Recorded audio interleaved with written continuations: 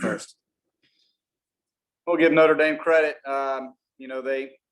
They found a way to get it done today. We certainly had our opportunities on offense early in the ball game. Only got one run into second, had bases loaded, nobody out, hit into a double play. And we had another opportunity in the fifth, second, third one out, and came up empty there. Fought our way back there in the ninth inning.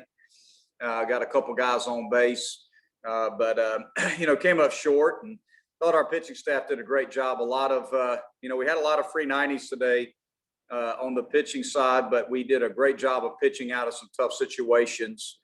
Thought our bullpen was outstanding. Geoffrey, Gilbert, Rob Hughes did a great job there at the end of the ball game. But bottom line is we just got to do a better job of being able to hit with runners in scoring position. We just didn't do it this weekend in 2 of the 3 games, and it came back to bite us against a good Notre Dame club. Hey, Coach, Trevor Rose from CUTigers.com. T.O. steals second there in the ninth with no outs. Did you debate with yourself much about having Reed bunt him over to third? Well, we were at a curfew situation. So the reason that we played at 12 o'clock today was because we had a 3:40 drop time. So I didn't think that bunting right there and playing for a tie made a whole lot of sense, because we couldn't play extra innings today because of the curfew rule. So we had a drop dead time of 3:40. So that was going to be the last half of the game. So when Caden reached base at first, we're down by 1 run. Pinch ran with T.O.'s our best runner. If we bunted right there, we're essentially, if we drive him in right there, we tie the ball game. We can't continue to play after that. So I felt like it put me in a little bit of a predicament. In a typical situation where we had no curfew, I would have bunted right there. But we couldn't do it. So we actually hit and ran right there. And Reagan just got a slider in the dirt, swung through it. T.O. stole the bag. And so that's why we did not bunt. Speaking of T.O., Coach, I know he was 0 for 3 yesterday, but he's been one of your best hitters. What was the rationale for keeping him out today? We wanted to put Alex Urban in there against a right-handed starter. Urban, if you remember correctly, against South Carolina, I believe had a couple hits, 2 or 3 hits, swung the bat well. He hits right-handed pitching really well, so we wanted to get Urban into the ball game, and you could see there in the ninth inning he hit a ball, almost out of the ballpark, and it would have been nice if we had a little wind right there, but we didn't. So that was the thought right there. It's just getting Urban, a left-handed hitter, good hitter, into the lineup against the right-handed starter. Hey, Monte, it's Will. Just curious to what you thought maybe the situation was or issue was with trying to catch up with Simon's stuff. It seems like he was dealing out there, kind of giving you guys a tough time. Yeah, well, they've got some really good arms. Simon's is, guy was up to, I think, 94, 93, 94 with a power slider. So he's just tough to hit. I mean, he's a good reliever. He's kind of their version of a Mac England, so to speak, just, a power righty with a good breaking ball. Hey, Monte, this is Robert. Talk a little bit about Carter. He ran into some trouble there with control, but was, working out of control. Is it a pitch count issue, or what was your thinking there, getting him out in third? Yeah, I think it was, it was just a matter of his pitch count was getting fairly high, pitching on 4 days rest. And, we felt like at that point in time, we needed to go to England, and England was fresh, hadn't pitched on the weekend. And, Mac's a guy that can give you, roughly about 50, maybe 60 pitches max out of the bullpen and in a long relief stint. And just felt like with Carter struggling to command the ball, even though he pitched out of some tough situations, that we needed to make a change. Coach, with Carter starting today, do you know who will start on Tuesday? And is Caden Grice basically too valuable as a hitter right now to put him on the mound?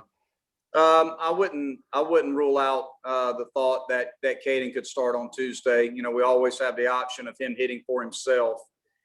So we'll meet as a staff tomorrow and discuss our options. But it's certainly an option for us to start Caden on Tuesday. Hey, Monte, speaking of Caden, the week he's had, can you talk about the little bit of progression you saw from week 1, 2, and now 3 with him as a freshman? Yeah, it seems like his strike zone discipline is getting better and better. He's doing a good job of laying off the pitches that he doesn't hit well, and he's patient at the plate. He'll take a walk. and he'll kind of wait out, the at bat until he gets a pitch he can drive. So he's doing a really good job of staying in the strike zone. And he's also playing very, very well defensively at first base for us.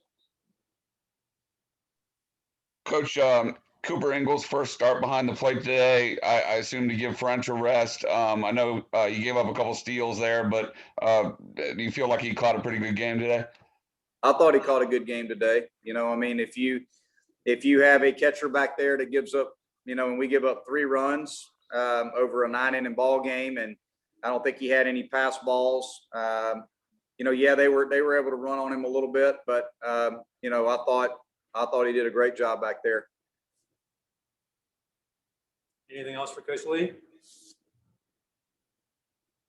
All right, thank you, Coach. Thanks, Coach.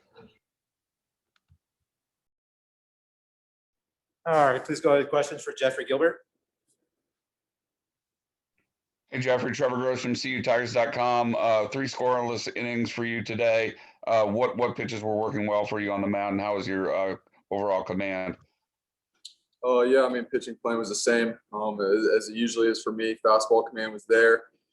Just using my secondary pitches to set up my fastball to get outs. So I think just the thought of fastball command and using my curveball and slider to get more outs. That's what was working well. Cooper Ingle made his first start behind the plate today. How was your chemistry and rapport with him? Yeah, Coop is a very good catcher. All 3 catchers on our roster are all 3 starters, in my opinion. So going from one to the other, I don't really see a difference. Coop did a very good job blocking balls, throwing guys out. I think getting him in there and getting a start for him is very good for our program. Hey, Geoffrey, it's Will Vandervoort from the Clemson Insider. Just wanted to ask you, you guys are not off to the start obviously you envisioned. What do you got to do to kind of keep guys positive there in the clubhouse? Yeah, I don't think keeping guys positive is the way to go about it. I think we have a very positive club. I think our team knows exactly what we have on our roster. We're a very deep roster. We've got a very deep pitching staff. We've got a very deep we have a lot of guys on the position player side.